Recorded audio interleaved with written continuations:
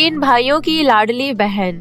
किसी जमाने में जयचंद नाम का एक राजा हुआ करता था, जिसके 3 बेटे अर्णव, ईशान, लक्ष्य और एक बेटी थी अमीषा। तीनों भाई और बहन के बीच बहुत प्रेम था। सभी राजमहल में खुशी खुशी रहते थे।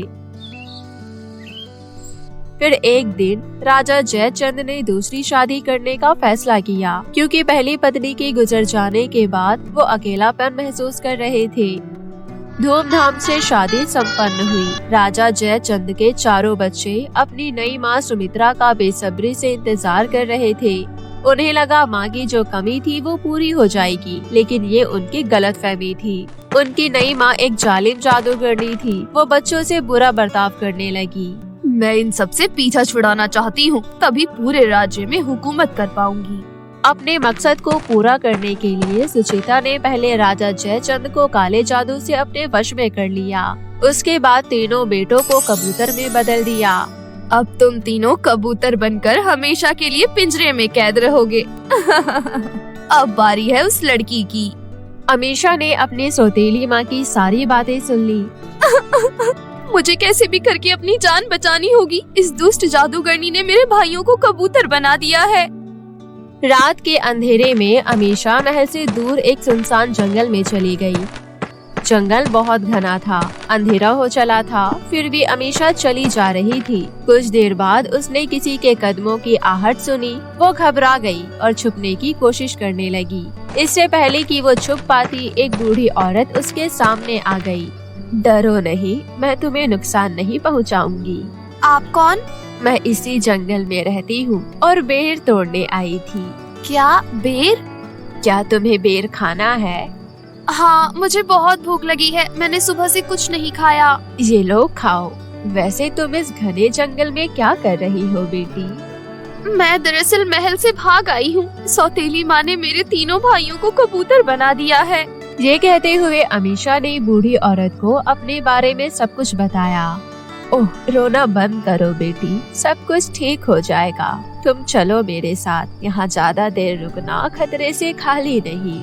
बूढ़ी औरत अमीषा को लेकर जंगल से दूर बनी एक झोपड़ी में ले गई। बेटी, तुम यहाँ सुरक्षित हो। यहाँ तुम जितना समय चाहे रह सकती हो। अमीषा बूढ़ी औरत के साथ झोपड़ी में रहने लगी। वहीं दूसरी ओर दुष्ट सुचेता अमीषा को महल पर ना पाकर बहुत खुश थी। अच्छा हुआ रास्ते का कांटा अपने आप हट गया। अब पूरे राजमहल पर सिर्फ मेरा अधिकार होगा। ऐसे ही समय का पहिया बढ़ता चला गया। एक दिन अमीषा को अपने भाइयों की याद आ रही थी। फिर उसने महल लौटने का फैसला किया। अम्मा, मुझे वापस महल जाना है। मुझे अपने भाइयों की बहुत याद आ रही है। पता नहीं वो किस हाल में होंगे। पर बेटी, तुम वहाँ जाओगी कैसे? तुम्हारी सौतेली माँ तुम्हें पहचान लेगी। वो तुम्हें नुकसान पहुँचा सकती है। पर अम्मा, मुझे अपने भाइयों को उसकी कैद से आजाद करवाना है। पर तुम दुष्ट जादूगरनी का सामना अकेले कैसे करोगी? अम्मा, कोई तो रास्ता होगा। बूढ़ी औरत ने कुछ सोचते हुए कहा। बेटी, एक रास्ता है जिससे तुम जादूगरनी का काला जादू तोड़ सकती हो, लेकिन वो रास्ता बहुत कठिन है। कोई बात नहीं अम्मा, रास्ता कठिन है तो क्या हुआ? मुझे अपने भाइयों को बचाना है। बताइए, मुझे क्या करना होगा? राज्य की सीमा से दूर तुम्हें एक नीलगिरी का पर्वत दिखाई देगा। उस पर्वत में तुम्हें एक जादुई काले रंग का फूल मिलेगा। काले रंग का फूल? हाँ, लेकिन फूल हासिल करना इतना आसान नहीं। वो फूल दलदल के बीचों बीच उगा हुआ है। अगर तुम उस फूल को हासिल कर लेती हो तो तुम अपने भाइयों को वापस उनके असली रूप में ला सकती हो। पर कैसे अम्मा?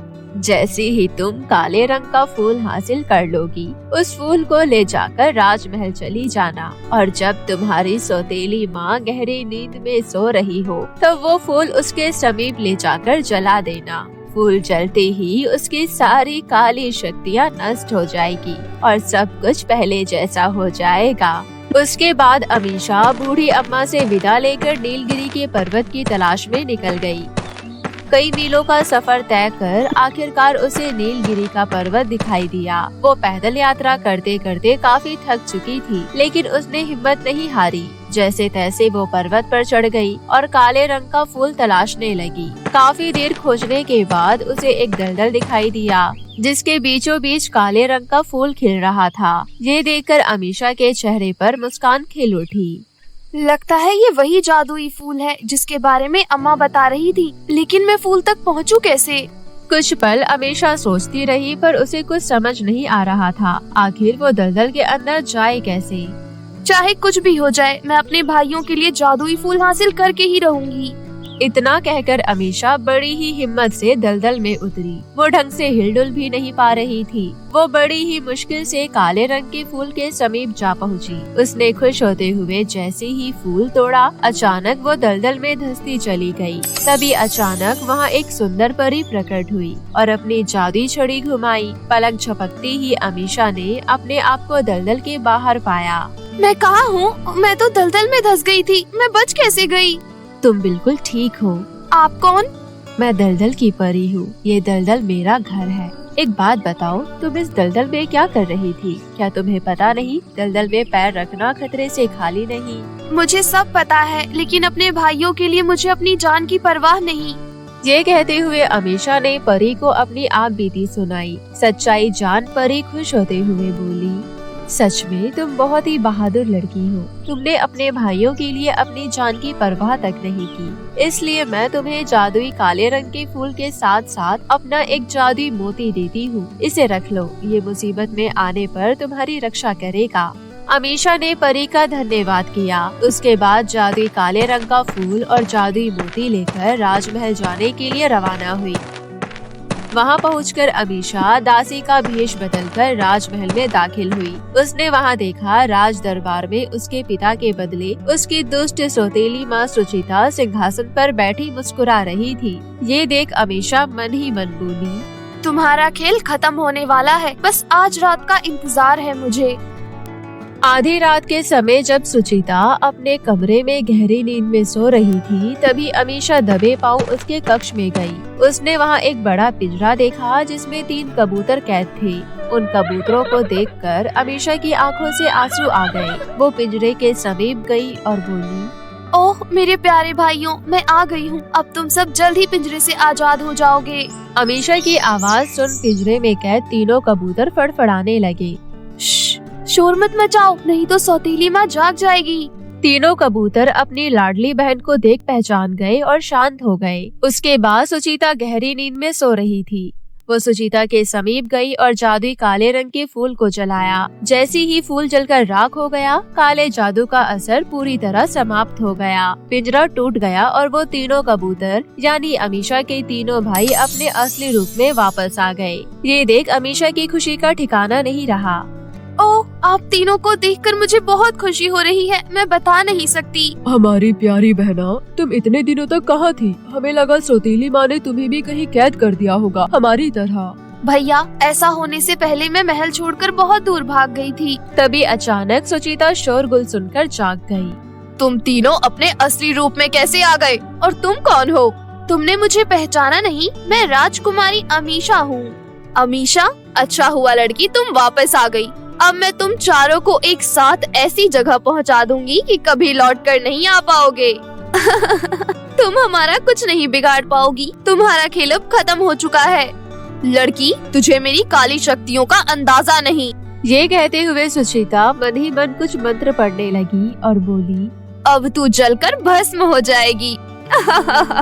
ये कहते हुए सुचिता ने अमीशा पर वार किया, लेकिन अमीशा का बाल भी बांका नहीं हुआ। ये देख सुचिता गुस्से से तिलमिला उठी। अरे ये क्या? इसे तो कुछ भी नहीं हुआ। मेरी काली शक्तियाँ काम क्यों नहीं कर रही?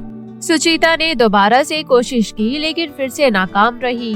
मेरे काले जादू को क्या हो गया है? तू मेरा कुछ नहीं बिगाड़ पाएगी। तेरी सारी काली शक्तियाँ अब नष्ट हो चुकी है। नहीं, ऐसा नहीं हो सकता। मैं तुझे जिंदा नहीं छोड़ूंगी। तूने मेरे बरसों की मेहनत बर्बाद कर दी है। मैं तुझे जान से मार डालूंगी। गुस्से में बौखलाते हुए सुचिता अमीशा की ओर बढ़ी। तभी अमीशा के पास मौजूद जादुई मोती से एक तेज रोशनी निकली और सुचिता का शरीर जलने लगा। मुझे बचाओ लड़की, तूने मेरे साथ अच्छा नहीं किया। मैं तुझसे बदला लेने जरूर आऊंगी। देखते ही देखते सुचेता जलकर भस्म हो गई। इस तरह उसे उसके किए की सजा मिल गई। अब राजमहल में सब कुछ ठीक हो गया। राजा जयचंद भी जादूगरनी सुचेता के काले जादू से मुक्त हो गए। फिर चारों भाई बहन पहले की तरह अपने पिता के साथ हंसी खुशी राजमहल में रहने